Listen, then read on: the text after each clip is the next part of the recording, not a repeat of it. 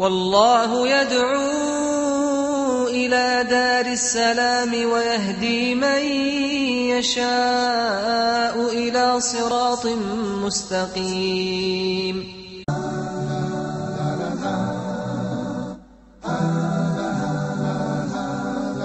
Islam.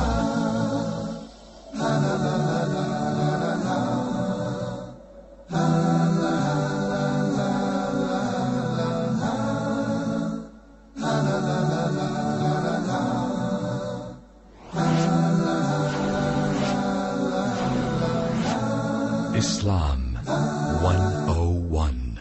Bismillah wassalatu wassalam ala rasulillah amma ba'du. Welcome to a new episode of Islam 101, and I'm your host, Abu Usamah Adh Dhahabi. Today, inshallah, we're going to deal with some of the many misconceptions that people have about the religion of Islam. And when I mention people, I'm talking about Muslims and non-Muslims alike. We're not just talking about the non-Muslims. They have quite a few misconceptions, but also our brothers and sisters from the religion have some misconceptions, some of which may render a person's Islam null and void.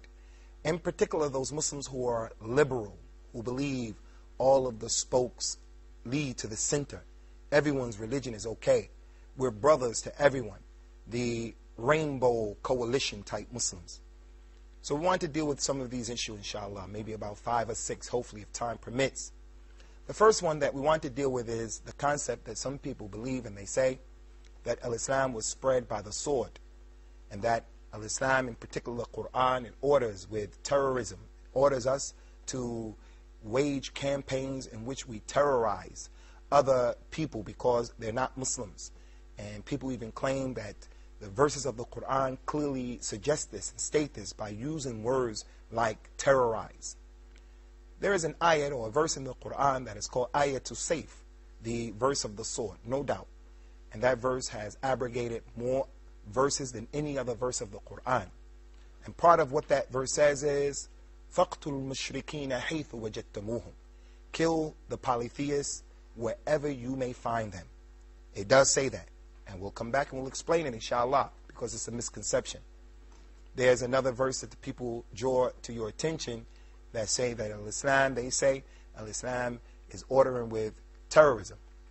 And that is the statement where Allah subhanahu wa ta'ala told the Muslims in the Quran, وَأَعِدُّوا لَهُمْ مَسْتَطَعْتُم مِّن قُوَّةٍ وَمِن رِبَاطِ الْخَيْرِ تُرْهِبُونَ بِهِ عَدُوَّ اللَّهِ وَعَدُوَّكُمْ. Prepare whatever you can prepare, O Muslims, from your strength and your power, and from the strong horses and the steeds from the horses, so that you can turhibuna bihi, so that you can strike terror into the hearts of Allah's enemies and your own enemies. So this word turhibun, this verb, comes from the word irhab, or terrorist. Terrorism comes from that word, no doubt about it.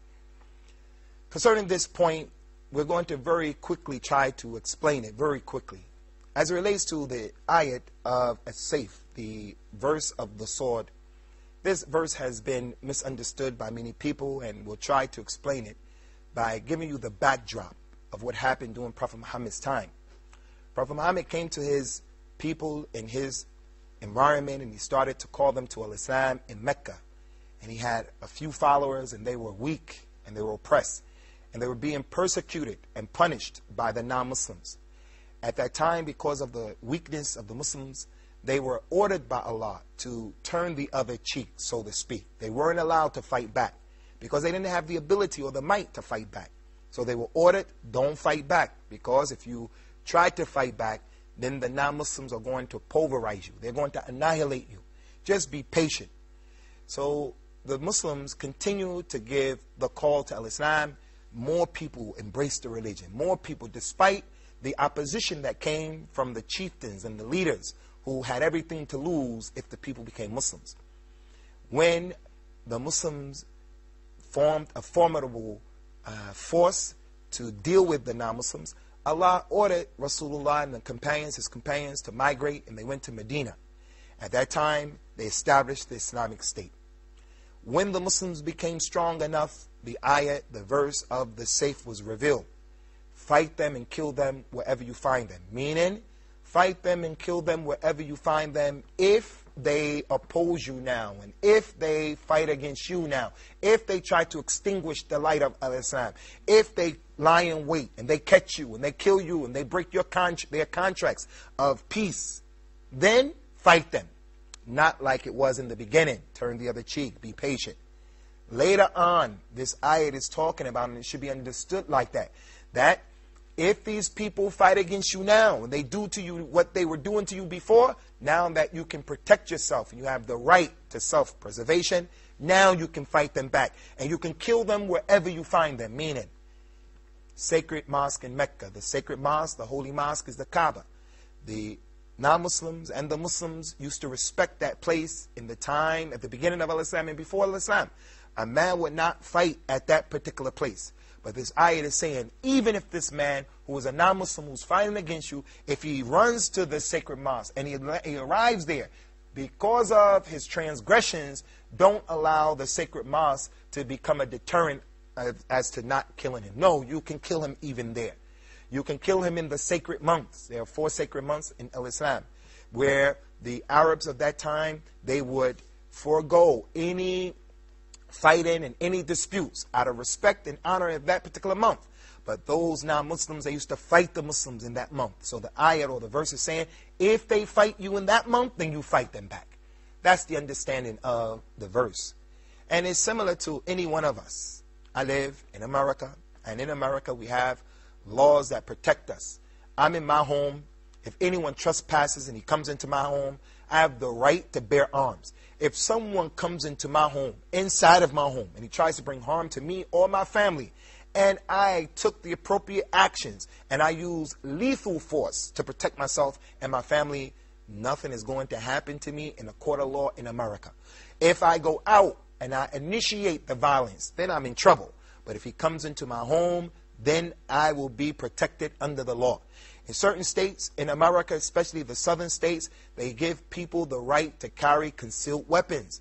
Texas, Florida, and Philadelphia, you know, you can carry a concealed weapon, a real gun.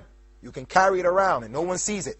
If someone on the outside of your home, if someone comes and they try to do you harm, try to do your family harm, and you protected yourself under the law in America, you are protected by the law. So it's the same concept in the religion of Islam.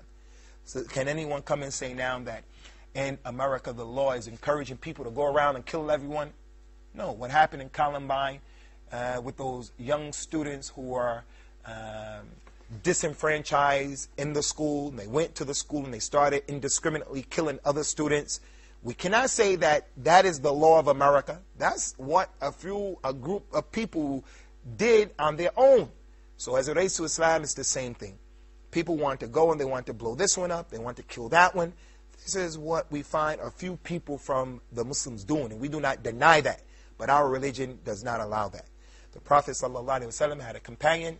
A group of them went on an expedition, and when they arrived to the particular town that they were going to fight, they killed all of the people in the town, the old men, the old women, and even the children. When Rasulullah ﷺ, Prophet Muhammad, when he came to the town, he saw that the innocent people were killed, the old men and the old women. He said, Sallallahu Alaihi Wasallam, Allahumma inni bari'un mimma sana'a Khalid. Oh Allah, I'm free from what Khalid ibn Walid did here today.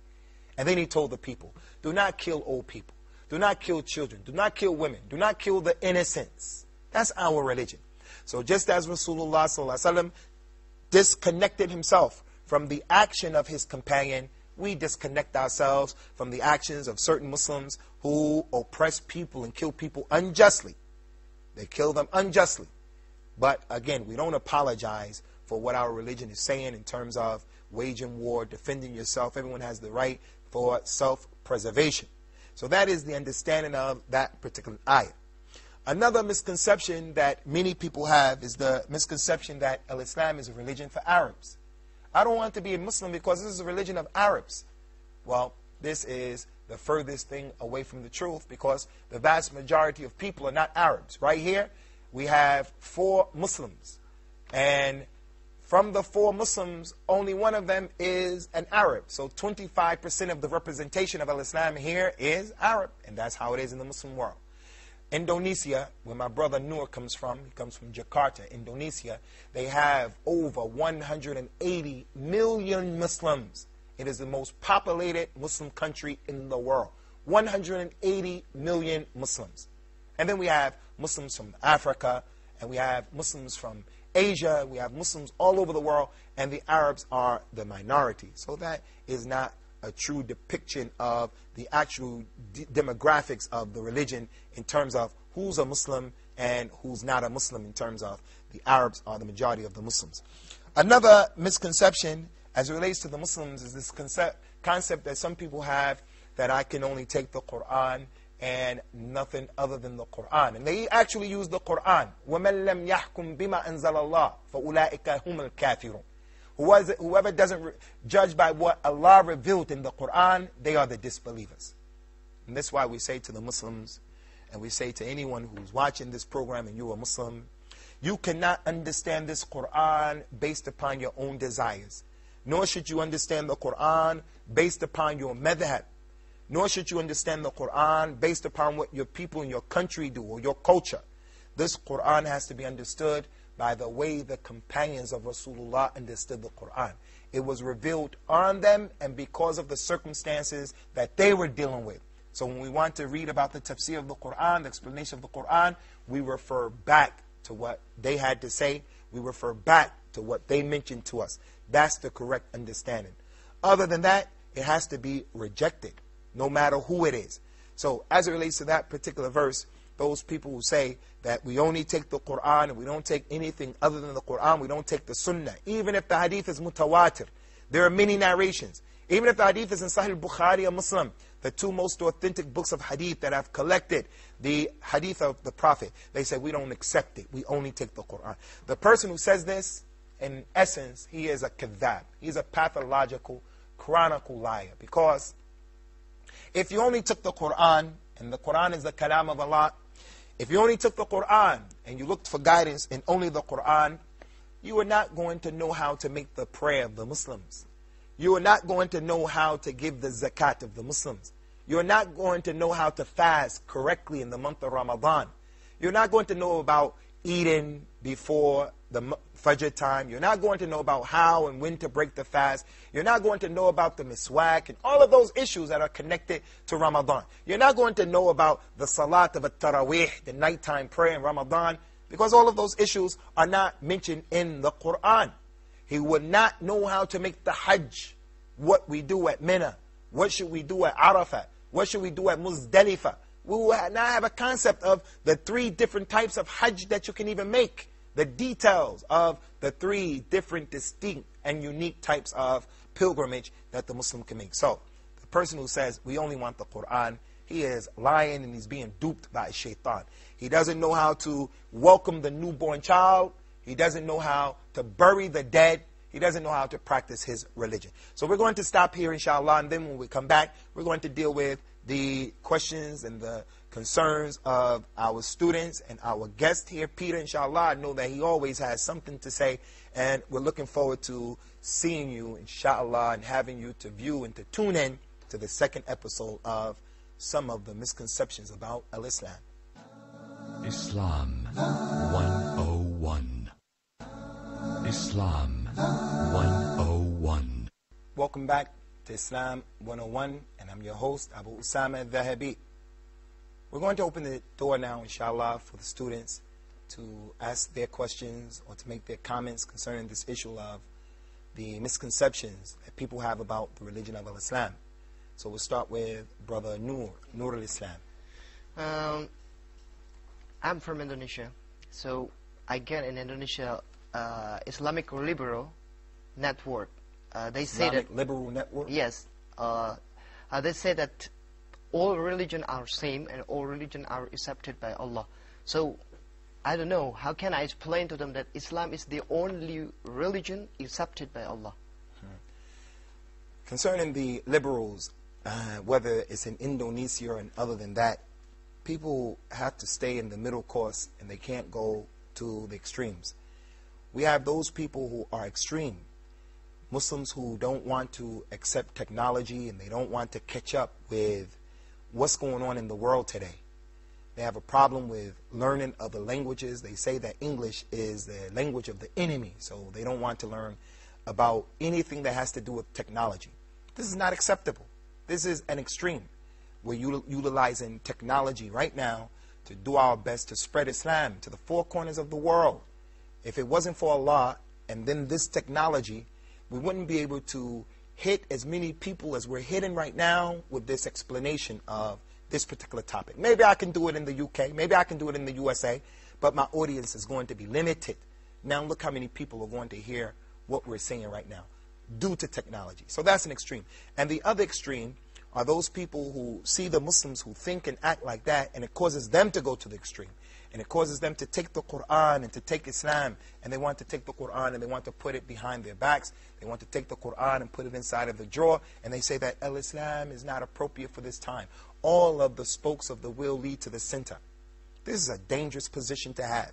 And may Allah protect all of us and our family members from falling into this, because this can be kufr. This can lead to disbelief, because it's making takdeeb of the Quran. It's denying what Allah has established in the Quran. Allah mentioned in the Quran, Inna ad-deen inda Allah al-Islam.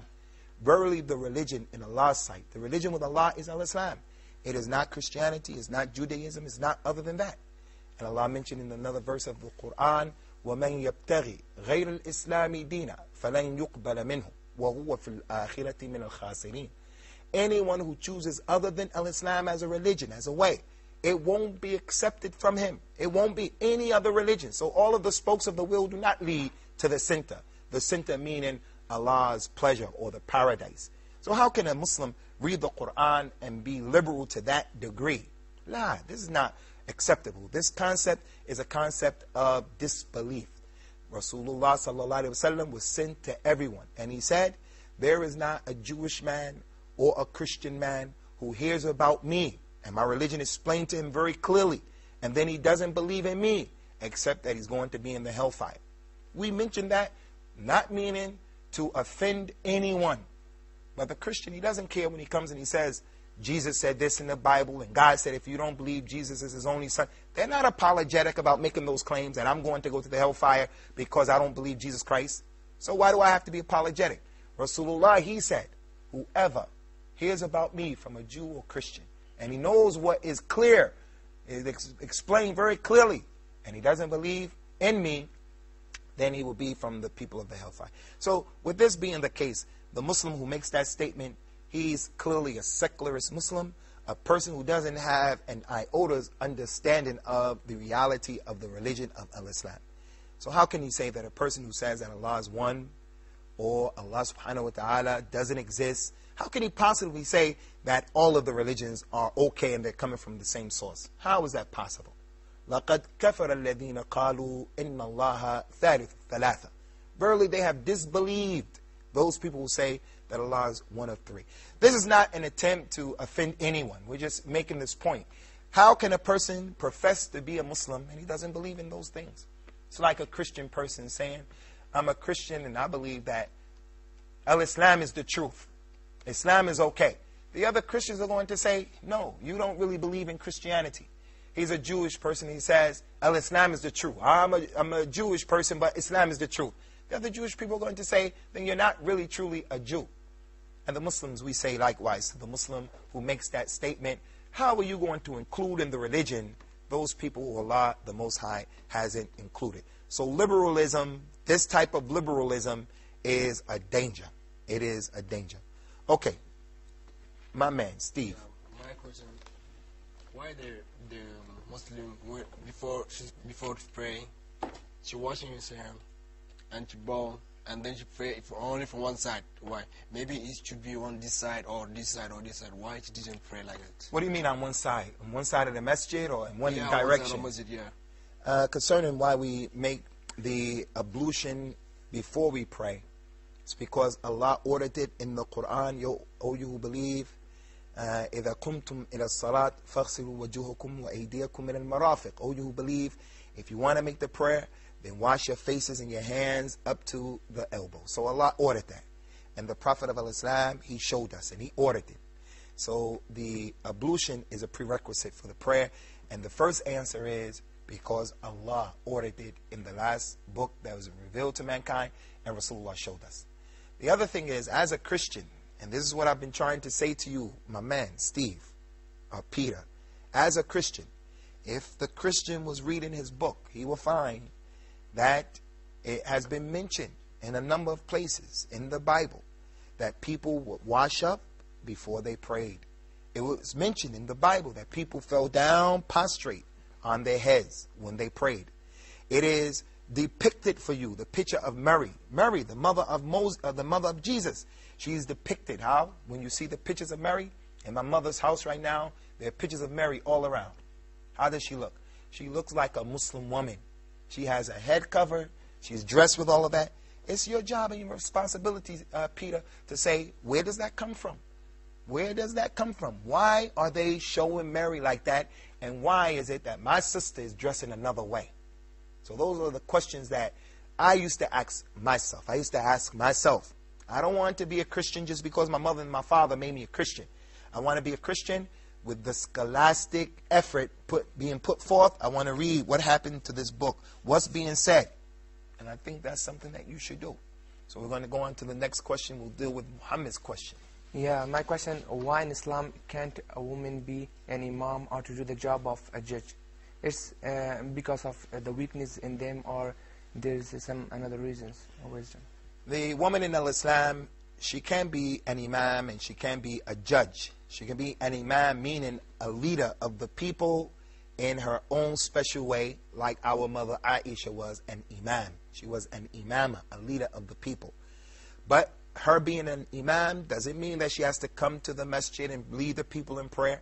Her being an imam or a judge, as she was, doesn't mean that she has to go to the office and sit on the before the people on the bench and hit the mallet and bring the court to order. No. They said about Aisha, Anas ibn Malik said, the men, the companions of the Prophet, we never differed about any issue in the religion. And then we took that issue that we differed upon to Aisha, except that we found the truth with her. She was the one who used to give verdicts. She was the one who used to explain the Quran. She was the one who used to say, this is from the Sunnah, this is from his practice, this is halal, this is haram, permissible, impermissible. She did that though how? From the confines and the privacy of her own home. She was a judge. She was an imama, a leader of the people. No doubt about that. So a woman, she can be an imama and a judge or a qadiyah in this sense. But in other than that, where she has to get out into the society and she becomes a judge who's going to sit before the men and so forth and so on, no. Prophet Muhammad described the woman in Islam, and he said, Al-mar'atu awra. The woman is an awra. She's something that should not be seen. She's something meaning any and every person, every Amr and Bakr and Zayd, every Tom, Dick and Harry should not be allowed to look at the beauty of any Muslim woman. Her beauty is for her family, her husband. Her beauty should only be seen by her sons, by her father, her uncle, and people like that. And if she does come out and she displays herself, then she doesn't make the display that they used to make in the times of ignorance, by coming out in order to have the men to look at her. Look at all of the problems that we're having in corporate America. Look at all of the problems. Every woman now is always on her P's and Q's as it relates to the sexism at the office. The boss is making sexual passes and advances at her. Her co-workers are always trying to go out to have drinks with her. And when she goes out to have drinks, they slip a pill or a drug inside of her drink, ecstasy or other than that. And then what happens is we have date rape. She falls asleep and a man takes liberties with the lady. These are all problems that come as a result of people not recognizing the true position of the woman. In Islam, the place of the woman is in her home. وَقَرْنَ فِي بُيُوتِكُنَّ وَلَا تَبَرَّجْنَ تَبَرَّجَ الْجَاهِلِيَّةِ الْأُولَى. You women should stay in your homes. You should stay in your home. And do not make the display of the times of Jahiliyyah, the pre-Islamic times. But if she does come out because she wants to get educated in the university, this is permissible. It's highly recommended that there are a group of women who get educated to help our nation to rise up, to meet the challenges of what the future holds for us, inshallah. We don't want ignorant women. We don't want ignorant women. But they cannot do so in a situation or in an example in which they're compromising their honor or their religion. Akhi, amen. More people in Europe fight the Islam and say the Islam cannot fight the people. How can you change this idea? Islam came to fight the people. Oh. Well, we've been sitting here and we've done a number of segments here. And we've had non-Muslims here, and I don't think those non-Muslims have felt any threat from us. Do you feel threatened, Preeta? Is anyone making you afraid or uncomfortable? Is anyone making you afraid or uncomfortable that you're going to lose your life or you're a bad guy? Yeah, he would fight him. He would fight him back. But the thing is, if they want to fight back and they initiate and they want to be oppressive, then we're going to deal with them. But we coexist with people. We coexist with people. Muslims are law-abiding citizens. We're not people. The religion didn't tell us to go out and kill people and to harm people. Allah said in the Quran, Allah does not prohibit you. La yanhaakumullah. Allah does not prohibit you from dealing justly and fairly with those people who do not fight you for your religion. Nor do they expel you from your lands. Allah does not prevent you from dealing kindly with them and having a birr and tabarruhum, to be kind to them and to be just with them. And Allah loves those who are just. So that's how we do. We coexist with them. They're students in our classroom. They are our professors. We're their professors. We rent from them. They rent from us. We buy from them. They buy from us. But if anyone tried to harm a Muslim, he has to defend himself. But he shouldn't be oppressive. So we're going to stop here at this particular point concerning some of the misconceptions that people have before embracing Islam or thinking about Islam. Wish we could have done more, but that's what Allah has wrote for us. Take care. May Allah protect you all, and may He guide all of you and give you the hidayah, the guidance that's needed to navigate your ways through the problems of this life. Wassalam ala man ittaba al-huda.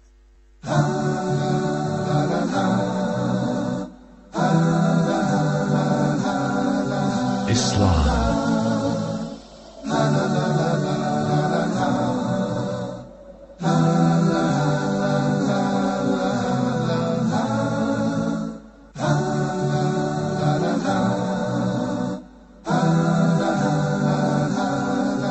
Islam.